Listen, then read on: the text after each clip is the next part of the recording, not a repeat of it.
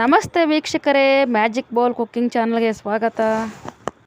ಇವತ್ತಿನ ನಮ್ಮ ರೆಸಿಪಿ ತುಂಬ ಟೇಸ್ಟಿಯಾಗಿ ಮತ್ತು ರುಚಿಯಾಗಿರುವಂತಹ ಮೊಟ್ಟೆ ಸಾರು ಯಾವ ರೀತಿ ಮಾಡೋದು ನೋಡೋಣ ಬನ್ನಿ. ಮೊದಲಿಗೆ ನಾನು ಒಂದು ಪಾತ್ರೆಗೆ ಎಣ್ಣೆ ಹಾಕಿ, ಎಣ್ಣೆ ಕಾದಾದ ನಂತರ ಅದಕ್ಕೆ ಒಂದು ಅರ್ಧ ಟೀ ಸ್ಪೂನ್ನಷ್ಟು ಅರಶಿನ ಪುಡಿನ ಹಾಕ್ಕೊಳ್ತಾ ಇದ್ದೀನಿ.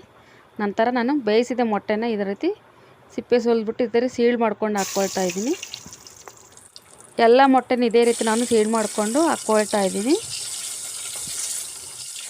ಮಿಕ್ಸ್ ಮಾಡ್ಕೊಳ್ತಾ ಮೊಟ್ಟೆ ಕೆಂಪು ಆಗೋವರೆಗೂ ಹುರ್ಕೊಳ್ಬೇಕು.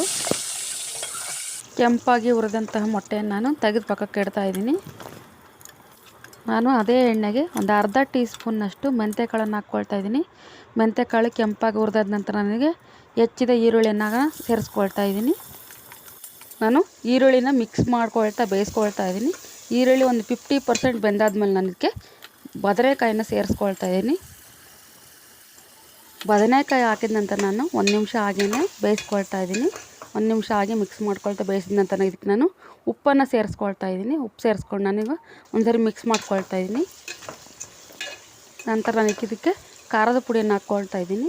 ಖಾರದ ಪುಡಿ ಹಾಕ್ಕೊಂಡು ನಾನು ಒಂದ್ಸರಿ ಮಿಕ್ಸ್ ಮಾಡ್ಕೊಳ್ತಾ ಇದ್ದೀನಿ. ನಾನೀಗ ಒಂದು 2 ಸ್ಪೂನ್ನಷ್ಟು ಧನಿಯಾ ಪೌಡ್ರನ್ನ ಹಾಕ್ಕೊಳ್ತಾ ಇದ್ದೀನಿ. ಧನಿಯಾ ಪೌಡ್ರ್ ಹಾಕಿದ ನಂತರ ನಾನು ಒಂದ್ಸರಿ ಮಿಕ್ಸ್ ಮಾಡಿಕೊಂಡು ಈಗ ಗರಂ ಮಸಾಲೆ ಪೌಡ್ರ್ ನಾನು ಒಂದು ಅರ್ಧ ಸ್ಪೂನ್ನಷ್ಟು ಹಾಕ್ಕೊಳ್ತಾ ಇದ್ದೀನಿ. ನಾನೀಗ ಒಂದ್ಸರಿ ಎಲ್ಲ ಮಿಕ್ಸ್ ಮಾಡಿಕೊಂಡು ನಾನೀಗ ತರಕಾರಿ ಮುಳುಗುವಷ್ಟು ನಾನು ನೀರು ಹಾಕ್ಕೊಳ್ತಾ ಇದ್ದೀನಿ.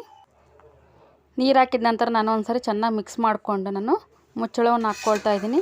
ಒಂದು 5 ನಿಮಿಷ ನಾನು ಅಬಿಯಲ್ಲಿ ಹಾಗೇ ಬೇಯಿಸ್ಕೊಳ್ತಾ ಇದ್ದೀನಿ. ನಂತರ ಮುಚ್ಚಳವನ್ನು ಓಪನ್ ಮಾಡ್ಕೊಂಡ್ಬಿಟ್ಟು ಇದಕ್ಕೆ ಹುಣಸೆ ಹುಳಿಯನ್ನು ಸೇರಿಸ್ಕೊಳ್ತಾ ಇದ್ದೀನಿ. ಹುಣಸೆ ಹುಳಿಯನ್ನು ನೋಡ್ಕೊಂಡು ಹಾಕೋಬೇಕು, ಭಾಳ ಹುಳಿ ಆದರೂ ಚೆನ್ನಾಗಾಗಲ್ಲ, ಹಾಗಾಗಿ ನೋಡ್ಕೊಂಡು ಹಾಕ್ಕೊಳ್ಳಿ. ನಾನೀಗ ಒಂದ್ಸರಿ ಚೆನ್ನಾಗಿ ಮಿಕ್ಸ್ ಮಾಡ್ಕೊಂಡು ನಾನೀಗ ಹುರಿದ ಮೊಟ್ಟೆಯನ್ನು ಸೇರಿಸ್ಕೊಳ್ತಾ ಇದ್ದೀನಿ. ಹುರಿದ ಮೊಟ್ಟೆ ಸೇರಿಸಿದ ನಂತರ ನಾನು ಒಂದ್ಸರಿ ಮಿಕ್ಸ್ ಮಾಡಿಕೊಂಡು ಮುಚ್ಚಳವನ್ನು ಮುಚ್ಚಿಬಿಟ್ಟು ಒಂದು 2 ನಿಮಿಷ ಹಾಗೇ ಬೇಯಿಸ್ಕೊಳ್ತಾ ಇದ್ದೀನಿ. ನಂತರ ಮುಚ್ಚಳವನ್ನು ಓಪನ್ ಮಾಡಿಬಿಟ್ಟು ನಾನು ಇದಕ್ಕೆ ಹಸಿಮೆಣ್ಸಿನ್ಕಾಯಿನ ಸೇರಿಸ್ಕೊಳ್ತಾ ಇದ್ದೀನಿ. ಹಸಿಮೆಣ್ಸಿನ್ಕಾಯಿನ ಹಾಗೆ ಸೀಡ್ ಮಾಡ್ಕೊಂಬಿಟ್ಟು ಇಡೀ ಹಸಿಮೆಣ್ಸಿನ್ಕಾಯಿನ ನಾನು ಹಾಗೆ ಹಾಕ್ಕೊಳ್ತಾ ಇದ್ದೀನಿ. ಈ ಸಾರಿನ ಮಧ್ಯೆ ಹಸಿಮೆಣ್ಸಿನ್ಕಾಯಿ ಅನ್ನದಲ್ಲಿ ಹಾಕ್ಕೊಂಡು ತಿಂತಾ ಇದ್ದರೆ ಅದ್ಭುತ ಅನ್ಸೋದಂತೂ ಗ್ಯಾರಂಟಿ.